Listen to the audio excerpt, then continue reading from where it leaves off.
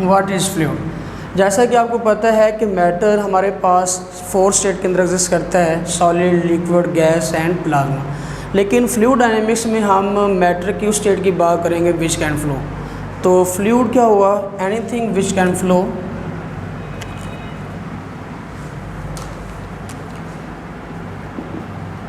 Anything which can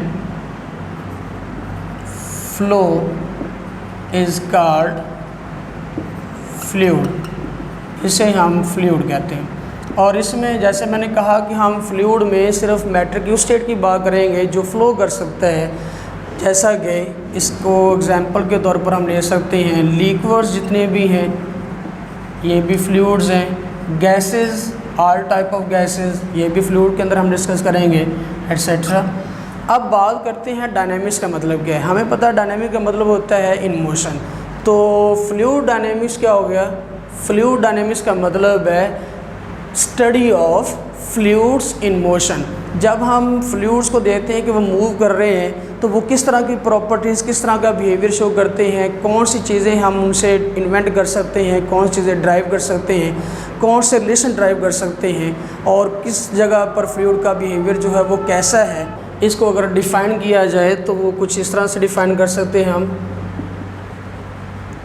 fluid dynamics, इसको हम define इस तरह से कर सकते हैं, the study of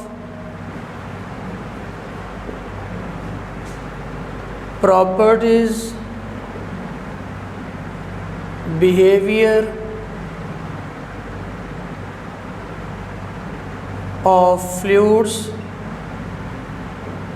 in motion is called fluid dynamics। इसमें हम देखेंगे कि डिफरेंट प्लेसेस पर जो फ्लूइड है उसकी प्रॉपर्टीज़ कैसे होती हैं, किस तरह से वो बिहेव करता है, और उनसे कौन से रिलेशन ड्राइव किए जा सकते हैं, उनकी बेसिस के ऊपर हम कौन से डिवाइसेस जो है वो इन्वेंट कर सकते हैं। ये सारा कुछ हम फ्लूइड डायनेमिक्स के अंदर डिस्कस करेंगे। तो फ्लूइड डायनेमिक्स को डिस्कस करने के लिए हमारे पास जो बेसिक लॉज हैं जिनके ऊपर फ्लूइड डायनेमिक्स बेस करती है वो कौन से हैं?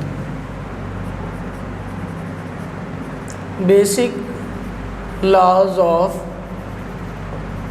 फ्लूइड डायनेमिक्स, वो कौन से बेसिक लॉज हैं जिनके ऊपर हमारी जो है वो फ्लूइड डायनेमिक्स बेस करती है?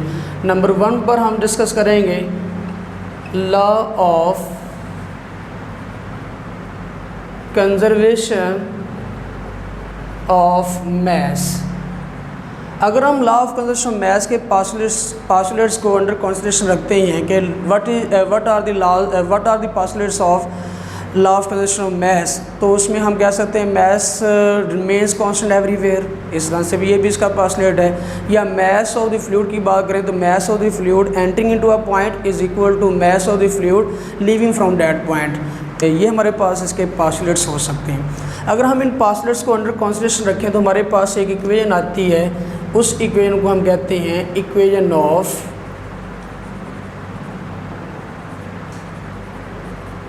कंटिन्यूटी। और इक्वेशन ऑफ कंटिन्यूटी हमारे पास एक रिलेशन है cross section area of the pipe and fluid speed at any point. इन दोनों के दरमियान रिलेशन हम देखेंगे कि कहाँ पर फ्लूइड की स्पीड जो है वो ज़्यादा होती है, कहाँ पर फ्लूइड की स्पीड कम होती है। ये रिलेशन डिपेंड हमें बताएगा कि रेट ऑफ फ्लो मैस क्या है, कि कहीं किसी पाइप से जो फ्लूइड का रेट है या फ्लूइड जो है वो किस रेट से उस पाइप से फ्लो कर रहा है, ये हम इस रिलेशन से बता सकेंगे, जो कि इक्वल टू एक कांस्टेंट है। हम इस इक्वेशन को ड्राइव करेंगे इसी चैप्टर के अंदर। इसके बाद अगर हम दूसरे लॉ की बात करें जो हमारे पास है law of conservation of energy, ये हमारे पास दूसरा पास्टुलेट है। Law of conservation of energy के पास्टुलेट्स में हम ये कह सकते हैं energy can not be created not be destroyed but can be converted from one form to another form, ये भी इसका पास्टुलेट है। और इस तरह से भी हम कह सकते हैं कि work done on a body is equal to change in its energy work done on a body is equal to change its kinetic energy और पोटेंशियल एनर्जी, वो भी इसके पास्टलेट्स के अंदर हम इसको डिस्कस कर सकते हैं।